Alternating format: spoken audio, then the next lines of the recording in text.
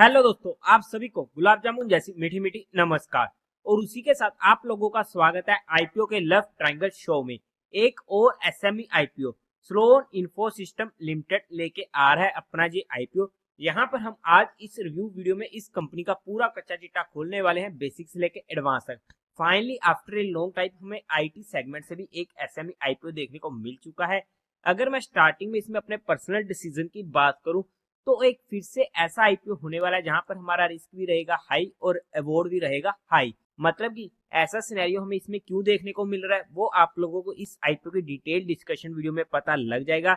But किस तरीके से जाएगी मेनली सब्सक्रिप्शन, किस तरीके से आती है इसकी डिमांड, उसके बेस पर जो भी फाइनल एक्शन होगा मैं आप लोगों को टेलीग्राम चैनल पर अपडेट कर दूंगा। बट हाँ, ये कोई ऐसा आईपीओ तो बिल्कुल भी नहीं होने वाला कि जिसे मैं बिल्कुल ही अवॉइड कर दूं और वहां पर एटलीस्ट इसे स्टडी भी ना करूं। बट फाइनल डिसीजन आप लोगों को अपडेट कर दूंगा। बट फिर भी आप लोग एक बार इस वीडियो को देख लीजिएगा, समझ लीजिएगा, फिर अपने रिस्क रिवॉर्ड रेशियो और माइंडसेट के अकॉर्डिंग अपने फाइनेंशियल एडवाइजर से कंसल्ट करके कोई फाइनल एक्शन बनाइएगा। उसी के साथ साथ आप लोगों को म्यूचुअल फंड में या इंश्योरेंस सेगमेंट में किसी भी तरीके की हेल्प की रिक्वायरमेंट है, या आप लोग चाहते हो कि being a mutual fund distributor हम आप लोगों का पैसा मैनेज करने में आपकी हेल्प करें, चाहे वो एसआईपी हो, एसटीपी हो, एसडब्ल्यूपी हो, या फिर बूस्टर एसटीपी हो, या लमसम अमाउंट हो, तो आपको डिस्क्रिप्शन में मेरा नंबर मिल जाएगा, आप मुझसे कांटेक्ट कर सकते हैं। आपकी क्वारी को जल्दी से जल्दी सॉल्व कर दिया जाएगा।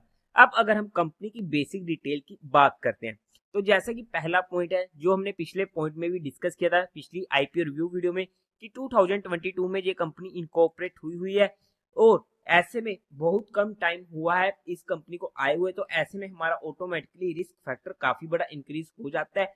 बट क्योंकि रिस्क फैक्टर इंक्रीज हो जाता है और वहां पर कंपनी की ग्रोथ की चांसेस भी काफी ज्यादा होती है, तो वहां पर हमारा रिवॉर्ड फैक्टर भी काफी ज्यादा इंक्रीज हो जाता है। तो इसलिए ये हमारा एक ऐसा आईपीओ हो जाता है जहां पर हमारा रिस्क भी हाई रहता है और रिवॉर्ड भी हाई रहता है।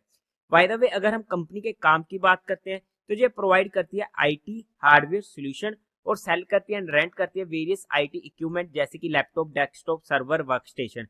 एडिशनली ऑफर करती है IT solution service to corporate clients including managing cloud server and services IT equipment. Overall में अगर हम कंपनी के बिजनेस की बात करते हैं तो मेनली 4 सेगमेंट्स में इस कंपनी का बिजनेस को डिवाइड हुआ है, जिनमें पहला आ जाता है sale of laptop, computer and computer peripherals. Second, sale of other IT related product. Third, IT services solution and fourth, rental services. और कंपनी ऑब्वियसली आईएसओ सर्टिफाइड होने वाली है। एज ऑफ अप्रैल 2024 कंपनी के पास 8 एम्प्लॉयज होने वाले हैं and 6 contract employees होने वाले हैं। मतलब कि कंपनी के पास एम्प्लॉयज की गिनती भी कम होने वाली है, तो इस वजह से हमारा कंपनी में रिस्क फैक्टर इंक्रीज हो जाता है। बट अगर हम काम की बात करते हैं तो ऑब्वियसली एक अच्छा काम हमें यहाँ पर देखने को मिल रहा है। अब अगर हम कंपनी के टेंटेटिव टाइम टेबल की बात करते हैं तो 3 मई को ये आईपीओ ओपन होने वाला है। मतलब कि अभी काफी दिन पड़े हैं। क्लोज होगा 7 मई को, अलॉटमेंट होगी 8 मई को, रिफंड मिलने शुरू हो जाएंगे 9 मई से। आपके अकाउंट में क्रेडिट हो जाएंगे शेयर इफ अलॉटेड 9 मई को ही। टेंटेटिव लिस्टिंग डेट होने वाली है 10 मई की।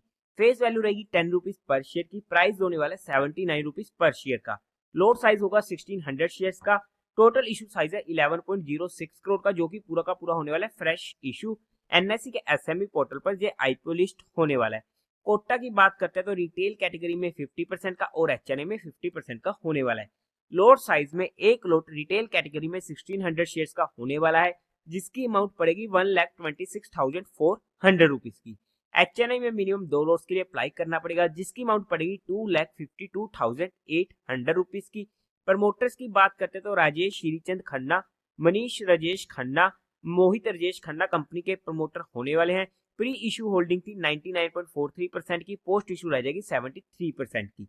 अब अगर हम कंपनी के मेन मुद्दे की बात करते हैं यानी कि कंपनी के फाइनेंशियल की, तो वहां पर सबसे पहले टोटल एसेट 2021 में थे 9.29 करोड़ के, नेक्स्ट ईयर 11.67 करोड़ के, और पहले 9th month of 2024 financial year तक 19.78 करोड़ के।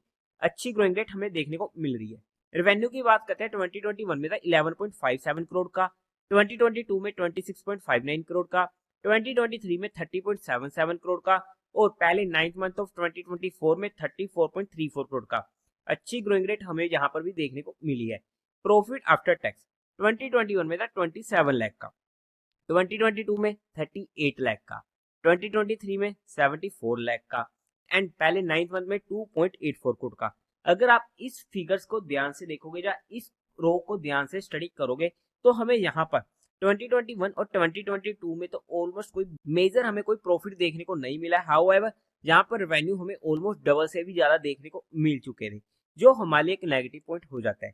फाइनली 2023 में हमें थोड़ा से जहां पर प्रॉफिट इंक्रीज होते हुए देखने को मिले, बट जैसे ही 2024 फाइनेंशियल ईयर के फिगर हमें देखने को मिल रहे हैं जस्ट आईपीओ आने से पहले, एकदम से काफी बड़ा बूस्टअप हमें देखने को मिला है। हाउएवर यहाँ पर कंपनी ने रेंटल सर्विसेज की जो इनका एक बिजनेस हो जाता है वो भी स्टार्टअप किया था, जिसकी वजह से भी यहाँ पर हमें इनके जो प्रॉफिट आफ्टर टैक्स थे वहां पर भी इंक्रीजमेंट देखने को मिला है। बट ओवरऑल में अगर हम बात करते हैं, ओवरऑल में अगर हम पूरा इंक्लूड करते हैं तो ठीक ठाक बोल सकते हैं, ज्यादा अच्छे नहीं बोलूंगा। बट जैसे ही कंपनी के प्रॉफिट्स हमें इंप्रूव होते हुए देखने को मिला तो वहां पर हम न्यूट्रल से बोल सकते हैं। नेटवर्थ की बात करते हैं 11.87 करोड़ के, रिजर्व एंड सरप्लस में 8 करोड़ की, टोटल बोरिंग 6.42 करोड़ की होने वाली है। ओवरऑल में फाइनेंशियल्स की बात करते हैं तो ठीक ठाक फाइनेंशियल हम बोल सकते हैं, अगर हम ओवरऑल में पूरा का पूरा इंक्लूड करते हैं जब तक का फिगर हमें अवेलेबल है। अगर हम 2024 के अकॉर्डिंग देखते हैं तो अच्छा होने वाला है। अब अगर हम कंपनी के ऑब्जेक्टिव की बात करते हैं तो वहां पर कैपिटल एक्सपेंडिचर की रिक्वायरमेंट है ताकि ये परचेज कर सके laptop, desktop, SSD, RAM. Second, इनको रीपेमेंट करनी है कुछ अपनी बोरोइंग्स की। थर्ड, इनका जनरल कॉर्पोरेट पर्पस।